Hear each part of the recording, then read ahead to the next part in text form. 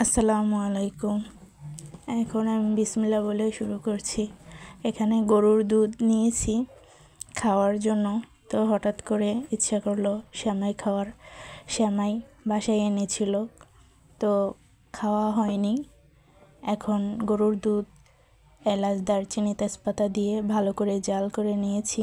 গুঁড়া দুধ বাসায় নেই, তো যা ছিল তা দিয়েই সেমাই বানিয়ে নিলাম সন্ধ্যায় খাওয়ার জন্য। এর মধ্যে বাটির মধ্যে সেমাই নিয়ে দুধ জাল করে সেমাইয়ের মধ্যে দিয়ে দিয়েছি। তো কাঠবাদাম ছিল, কাঠবাদাম কুচি করে সেমাইয়ের উপরে দিয়ে দিয়েছি। এখানে অল্প তেল নিয়ে আমি আস্তে আস্তে পিঠা ভেজে নিলাম। তো এখন সবাই মিলে সেমাই খাবো। আমি একটা বাটির মধ্যে সেমাই কিছুটা নিয়ে নিলাম। এখন আমি পিঠা দিয়ে খাবো। তো আপনাদেরও হঠাৎ করে খেতে ইচ্ছা করলে বাসায় যা থাকবে তা দিয়ে এভাবে সেমাই পাকায়া খেতে পারবেন। তো আমরা আজকে সবাই মিলে এভাবেই খাচ্ছি, যা ছিল তা দিয়ে। তো খাচ্ছি, ভালোই লাগতেছে অনেক দিন পরে সেমাই। আসসালামু আলাইকুম।